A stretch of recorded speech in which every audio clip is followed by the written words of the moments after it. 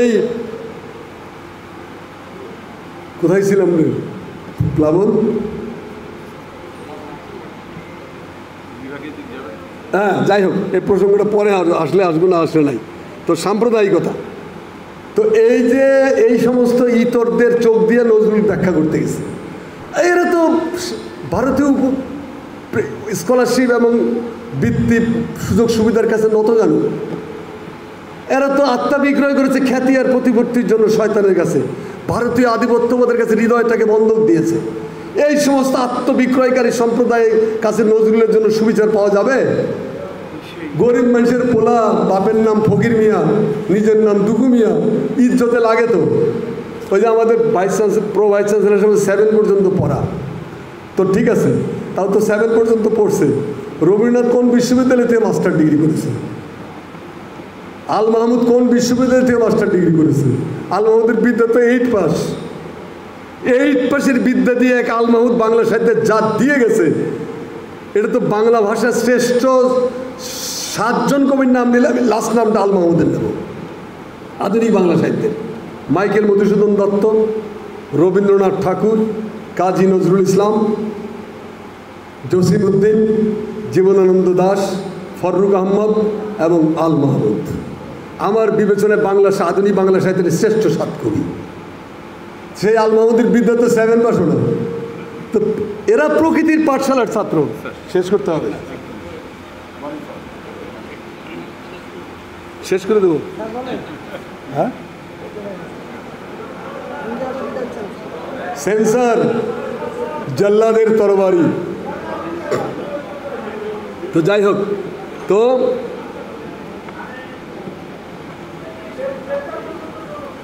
আচ্ছা যাই হোক, তো নজরুল লাস্ট পয়েন্টটা কী ছিল? বিদ্যা। বিদ্যা, এরা হলো প্রকৃতির পাঠশালার ছাত্র রে ভাই। নজরুলের পাঠের যে ব্যাপার, আপনি যুদ্ধে গেছেন নজরুল, দেখেন 17 বছর বয়সটা খুবই ইঙ্গিতময়। 17 বছর বয়সে আমাদের বিশ্বকবি বিলেতে যেতেছে সাহেব হওয়ার জন্য। রবীন্দ্রনাথের বয়স যখন 17 বছর, তার পরিবার তাকে বিলেতে পাঠানো হচ্ছে সাহেব হওয়ার জন্য। সাহেব বানানো। আর 17 বছর বয়সে আরেকজন কবি যাচ্ছেন যুদ্ধে। কেন? চাকরি করার জন্য নয়। নজরুল যুদ্ধে গেছিলেন সামরিক বিদ্যা আয়ত্ত করে ভারতবর্ষকে সশস্ত্র সংগ্রামের মধ্যে স্বাধীন করবেন। দ্যাট ওয়াজ তার ভিশন, যে কারণে ফিরে এসে সবাই চাকরি বাকরি করছে। কিন্তু নজরুল সরকারি চাকরি করেন নাই, বেছে নিয়েছেন ঈশের জীবন। তো বহিমিয়ান অনেকেই ছিল, হিসাবের খাতা ছিল 2টা। বুদ্ধদেব বসু বলছেন যে, আর নজরুল হলে এমন এক বহিমিয়ান যার কোনো খাতাই ছিল না, ভেতরেও নাই বাইরেও নেই। এইরকম সত্যনিষ্ঠ ন্যায়নিষ্ঠ আমরা আর পাইনি। যাক, নজরুলের মধ্যে মিশেছিল কি? নারী মুক্তি। জ্ঞানের লক্ষ্মী, গানের লক্ষ্মী, সুষমা লক্ষ্মী নারী। জ্ঞানের লক্ষ্মী, গানের লক্ষ্মী কি? শস্য লক্ষ্মী নারী। সুষমা লক্ষ্মী নারী ফিরিছে রূপে রূপে সঞ্চারী। দিবসে দিয়েছে শক্তি সাহস, নিশিতে হয়েছে বধূ। পুরুষ এসেছে মরু ত্রিশালয়ে, নারী জুগিয়েছে মধু। নারীর বিরহে নারীর মিলনে নর পেল কবি প্রাণ। যত কথা তার হইল কবিতা, শব্দ হইল গান। বিশ্বে যা কিছু মহান সৃষ্টি চিরকল্যাণকর, অর্ধেক তার করিয়াছে নারী, অর্ধেক তার নর। বিশ্বে যা কিছু এলো পাপ তাপ বেদনা অশ্রু বাড়ি, অর্ধেক তার করিয়াছে নর, অর্ধেক তার নারী। বলেন, এই রকম কবিতা পৃথিবীর ইতিহাসে আর কি কেউ লিখতে পারছে? নারী মুক্তির কথা যদি আপনি বলেন, নজরুলের নারী মুক্তির যে গানগুলো, জ্ঞানে গরিমায় আমাদের নারী বিখ্যাত দুনিয়ায়, নারীদের নিয়ে, জাগো নারী জাগো বন্যী শিখা, আমি পুরো দেশের পুরো নারী। নারী জাগরণে নজরুলকে বাদ দেওয়া হবে না। অর্থাৎ আমরা আত্মনির্ভরতার কথা যদি বলি, স্বাধীনতার কথা যদি বলি, একত্রিত থাকার কথা যদি বলি, অসাম্প্রদায়িকতার কথা বলি, শোষণমুক্ত সমাজ প্রতিষ্ঠার কথা যদি বলি, এবং স্বাধীন সার্বভৌম দেশের কথা যদি বলি, সমৃদ্ধ শান্তির ভূভাগ তৈরি করতে যদি চাই, নজরুল ছাড়া কোনো বিকল্প নেই। এই কারণে নজরুল বাংলাদেশের জাতীয় কবি। আরেকটা কারণ বলি, আমি নিজে মুক্তিযুদ্ধের সময় যাই দেখি যে আশ্চর্য ব্যাপার, বাঙালি জাতীয়তাবাদের নামে মুক্তিযুদ্ধ হয়েছে, এটা ফ্যাক্ট, এটাতে মিথ্যাচার নেই। আমরা শেখ মুজিবের নাম নিয়ে গেছিলাম যুদ্ধে, কিন্তু যুদ্ধের মাঠে গিয়ে দেখি বিহারিরার মধ্যে একটা অংশ মুক্তিযুদ্ধে অংশ নিয়েছিল। একটা চাকমাদের একটা অংশ নিয়েছে, মারমা, গারো, হাজং, সাঁওতাল, এরাও মুক্তিযুদ্ধে, কিন্তু এরা তো বাঙালি না। তাহলে এখন কী হবে? দেশ স্বাধীন হওয়ার পরে পার্লামেন্টে এটা নিয়ে ঝামেলা শুরু হলো। শেখ মুজিব বলে না আর কোনো কিছু বুঝি না, আজকে তো সব বাঙালি হয়ে যান। মানবেন্দ্র নারায়ণ লারমা তিনি দাঁড়ায় গেলেন। তিনি বললেন যে মাননীয় প্রধানমন্ত্রী, আমি তো একজন চাকমা, এটা আমার নৃতাত্ত্বিক পরিচয়। আমার নৃতাত্ত্বিক পরিচয় মুছে ফেলে আমি বাঙালি হতে যাবো কোন সাথে? আমি কেন যাব? আমি বাঙালি না, আমি চাকমা, আমাকে সেই স্বীকৃতি রাষ্ট্র দেখ। লাগলো গণ্ডগোল। এই যে গণ্ডগোলটা হলো আত্মপরিচয়ের সংকট, কেওয়াস, ঝামেলা। শান্তি বাহিনীর জন্ম হয়ে গেল পার্বত্য চট্টগ্রামে। এই কেওয়াস, বিভেদ, হানাহানি, এইসবের ভেতরে জিয়াউর রহমান নামে একজন রাষ্ট্রনায়কের জন্ম হলো। তিনি এসে এই সমস্ত কিছুকে একসাথে করলেন।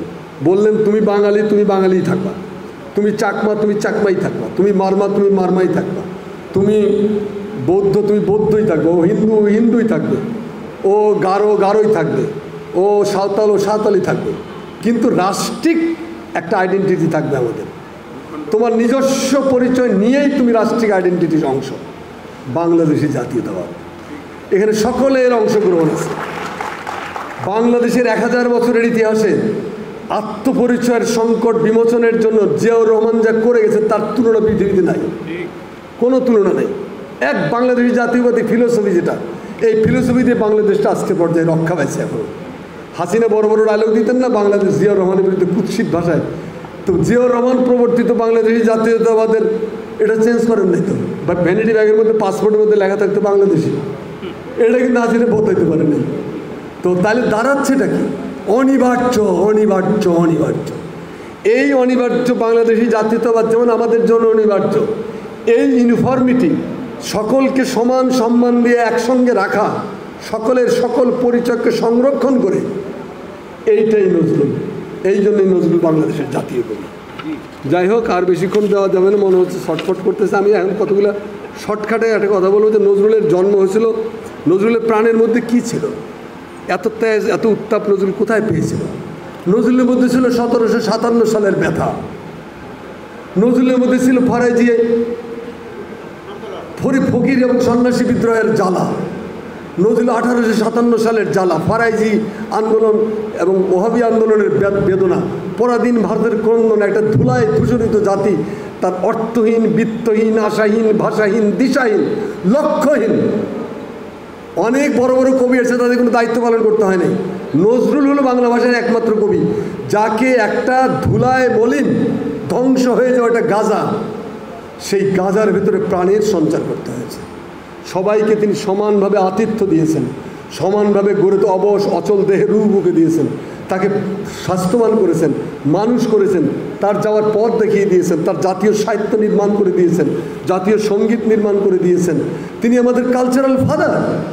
নজরুল আমাদের কালচারাল ফাদার, আমাদের সংস্কৃতির পিতা, আমাদের সাহিত্যের পিতা।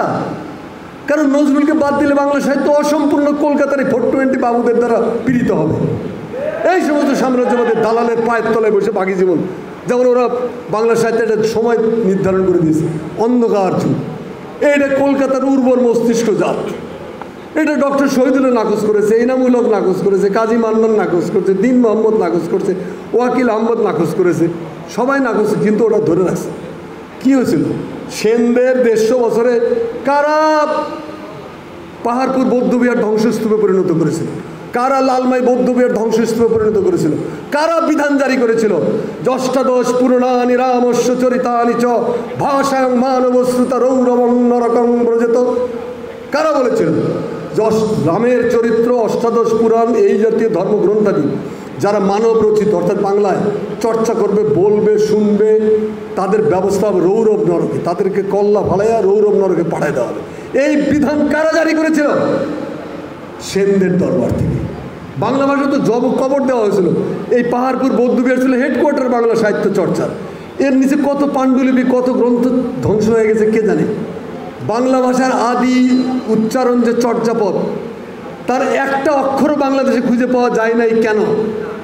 এটা তো মুসলমানদের বাংলা আগমনের আগেই ঘটে গেছে। এগুলো জান নিয়ে যে যেদিকে পারছে পালায় চলে গেছে, রাষ্ট্র নিষিদ্ধ করে দিয়েছে। শূদ্র দেখলে কোপাও, বৌদ্ধ দেখলে মেরে ফেলাও। দ্যাট ওয়াজ সেনদের পৈশাচিক শাসন ব্যবস্থা। সেইটার ভক্তের কাবার দেওয়ার জন্য ওই 150 বছরের পাপ এনে এইখানে ভক্তির খিলজির গাড়ি চাপাই দেয়। এবং গোপাল হালদারের মতো এরকম বামপন্থী লেখকও এই সমস্ত সাম্প্রদায়িক দগমা দ্বারা প্রভাবিত হয়েছে। তো নজরুল এগুলোকে জীবন্ত কবর দিয়েছিলেন। তো যাই হোক ভাইয়েরা আমার,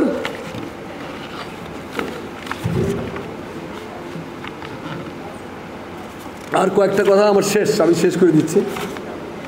সেটা হলো, আজকে কেন নজরুল চর্চা করতে হবে এটা আমরা বারবার বলেছি, আবারও বলি যে আমরা ঘরে বাইরে আক্রান্ত। আমি শেষ করে দিচ্ছি স্যার।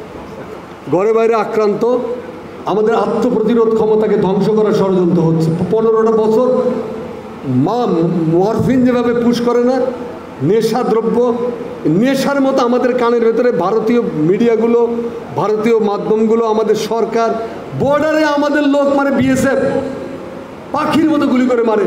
আমাদের মন্ত্রী প্রধানমন্ত্রী বলতে চুরি করতে যায় কেন? আরে চুরি করতে গেছে, এটা প্রমাণ করতে পেরেছেন আপনি? প্রমাণ করার আগে আপনি বলে দিলেন এরা মানে ইন্ডিয়া যতটা বললো তার সাথে বেশি কয় না। আর এখন হয় না কেন? কারণ একটা বাংলাদেশি ধরে নিয়ে গেলে গ্রামের লোকেরাই আরেকটা গ্রাম দখল করতে দুটোর ধরে নিয়ে আসে। দিস ইজ দি রাস্তা। যতবার আমরা ভারতের মোকাবেলা করতে গেছি ততবারই আমরা জয়লাভ করেছি, যতবারই পায়ের তলায় ব্যস্ত খুঁজেছি ততবারই সর্বনাশ হয়েছে। দালালি দুর্বৃত্তপনার হাত থেকে বাঁচার জন্য আমাদেরকে মাথায় রাখতে হবে যে দুটো আইকন, পলিটিক্যাল ফ্যাসিবাদের আইকন হলো শেখ মুজিব, এটা মাথায় রাখতে হবে।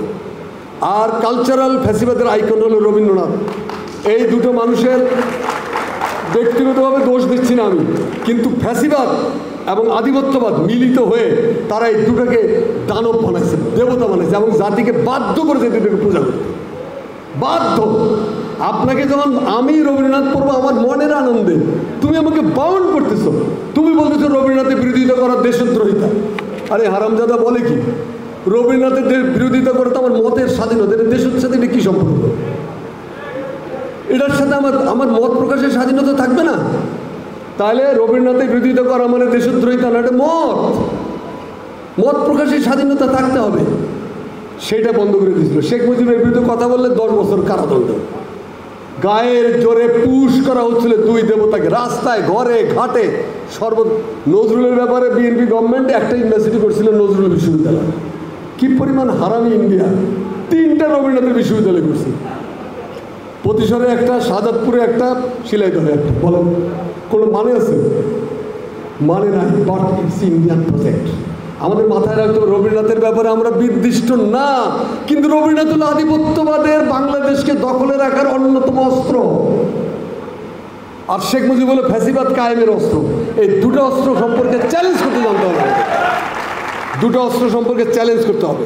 সেই জন্য শুধুমাত্র সাহিত্যের জন্য না, নজরুল চর্চা করতে হবে স্বাধীনতার জন্য, দেশ রক্ষার জন্য, সম্মান নিয়ে বাঁচার জন্য।